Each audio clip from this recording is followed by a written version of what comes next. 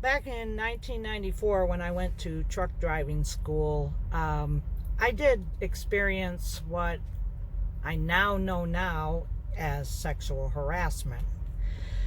But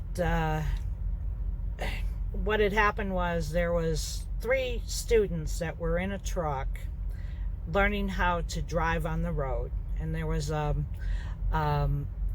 trainer from JB Hunt that was supposed to be watching what all the students were supposed to be doing, but he was paying more attention and laughing and joking around and, making crude comments to us 2 women in the back seat, in the back bunk where we were sitting. And the lady that was with me, she was laughing and joking around with him. So they told us, when we got off the truck, they told us that we had to come back into the classroom because they wanted to talk to us. And they told us that me and this lady had to have more time in the school, more weeks in the school, because we weren't doing too well. So this lady was crying her eyes out like she's never been told that she failed at something. But with me, I said, okay, I'll take as much training as I could get, because I'm kind of nervous about this career. So I went back out onto the range, and I backed up my little heart out.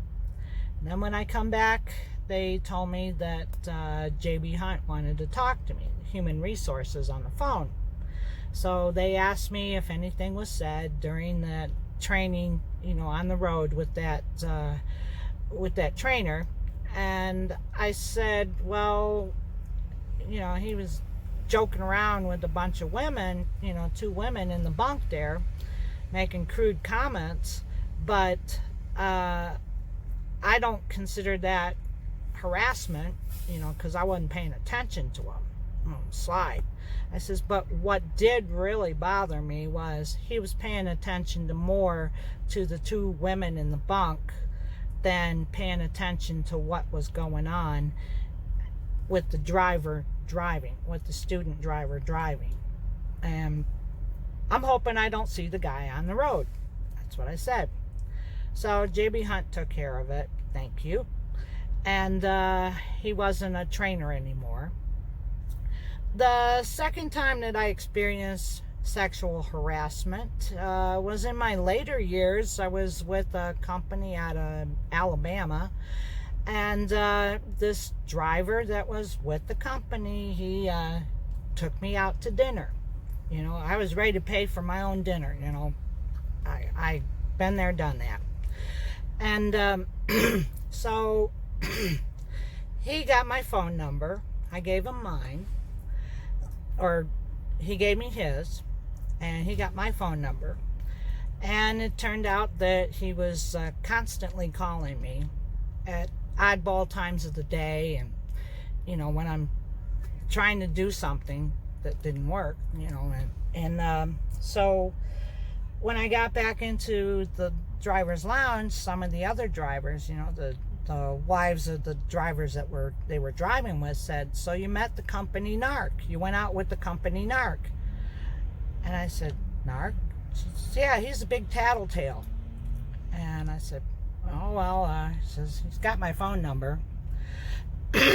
So right after that, I started getting calls from the company about little petty things, just really little petty things. Like, case in point, this human resources lady dragged me into her office because I was wearing a button-down sleeveless shirt and a pair of shorts.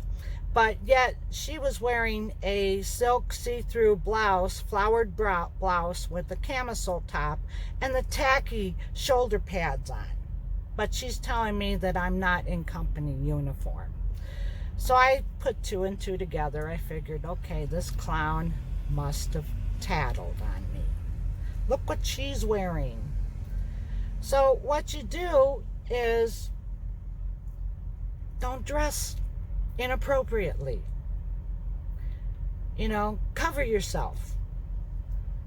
Sure, that may sound Well, we can dress any way we want, but being realistically, when you're on the truck, if you're wearing a halter top, you're going to have a wardrobe malfunction.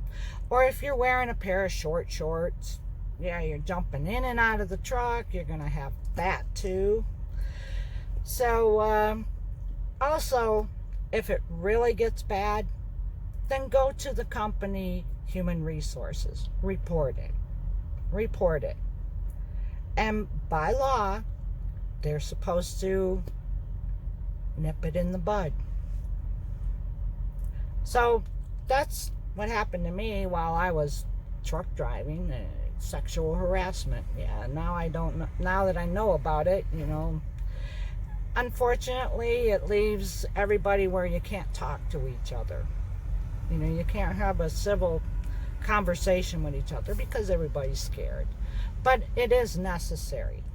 It is necessary to acknowledge that. Truck driving is a lonely profession. And, but for me, I just do the job and drive home.